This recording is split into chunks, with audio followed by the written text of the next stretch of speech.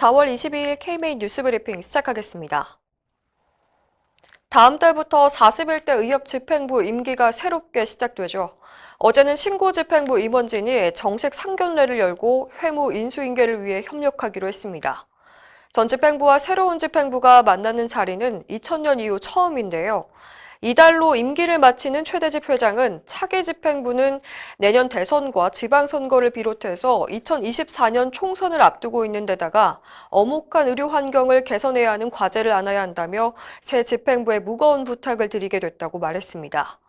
이필수 의협 회장 당선인도 지난 3년간 40대 집행부가 얼마나 수고했는지 잘 알고 있다며 회무를 원활히 인수할 수 있도록 지원해준 데 대해서 감사하다고 밝혔습니다. 최근 40대 간호조무사가 아스트라제네카 백신을 접종한 뒤 신체 마비 증상을 겪는 사례가 발생하면서 백신 피해 보상 문제가 수면 위로 떠오르고 있습니다.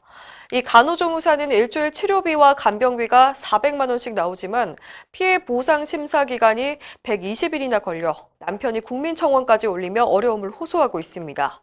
심사를 받더라도 보상받을 가능성은 낮습니다. 인과성 입증이 어렵기 때문인데요. 실제로 이달 21일까지 총 59건의 사망 사례 중에서 인과성이 입증된 사례는 한 건도 없습니다. 백신 후유증은 산업재해 신청 역시 받아주지 않고 있습니다. 전문가들도 고액의 진료비가 소요되는 사례만큼은 심의가 나오기 전에 지원할 필요가 있다고 지적합니다.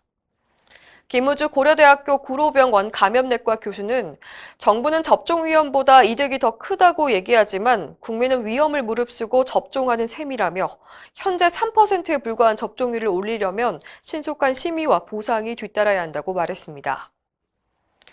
코로나19 사태 여파로 전공의들의 진료 부담이 크게 늘어난 걸로 확인됐습니다. 대한전공의협의회에 따르면 지난해 전공의 1명이 주치의로 근무하면서 담당한 환자 수는 전년보다 4명 늘어난 평균 21명으로 최근 5년 사이 최고치를 기록했습니다. 특히 전공의 500명 이상이 일하고 있는 대형 병원 전공의 담당 환자 수는 27.5명으로 전년 대비 8.2명이나 늘었습니다. 이 같은 결과는 병원 의료진이 코로나19 환자 치료에 투입되면서 그 빈자리를 채운 전공의들의 부담이 증가했다는 사실을 잘 보여주고 있습니다. 헌법재판소가 정부의 비급여 진료 비용 공개 방침의 위헌 여부를 판단할 예정입니다.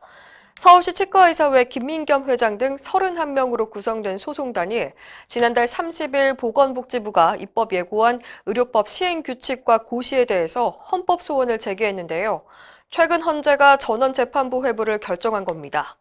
김 회장 등 청구인들은 정부의 비급여 관리 대책이 의사의 직업 수행의 자유를 침해하고 개인정보 자유결정권을 침해한다고 주장했습니다. 또 과도한 저가 경쟁을 유도해서 기업형 의료기관을 양산하고 이는 의료 영리화를 가속화함으로써 결국 국민에게 피해를 입힐 거라고 지적했습니다. 한편 이필수 의협 회장 당선인은 최근 이상훈 대한치과의사협회장과 만나서 비급여 진료비용 공개 사안에 대한 공동 대응 방안을 모색기로 했습니다. 의사가 진료 기록부를 허술하게 작성했다는 이유로 유죄를 선고받아 논란입니다. 최근 서울중앙지방법원은 의료법 위반 혐의로 기소된 모 성형외과 원장에게 벌금 50만 원을 선고했습니다. 환자에게 눈매 교정 절개 수술과 쌍꺼풀 재수술을 하면서 시술 부위와 정도, 방법 등을 진료 기록부에 구체적으로 기재하지 않았다는 이유입니다. 이 의사는 수술 중 마취 여부와 수술 방법, 투여 약물, 심지어 환자의 과거 수술 전력부터 눈의 모양까지 구체적으로 기록했다고 반박했지만 받아들여지지 않았습니다. 충분할 정도로 상세히 적지는 않았다는 겁니다. 대한성형외과 의사회는 이번 판결에 대해서 재판부가 의료법상 상세히라는 단어를 너무 자의적으로 해석했다며 어느 정도가 충분한지에 대해선 아무런 법적 기준이 없다고 지적했습니다.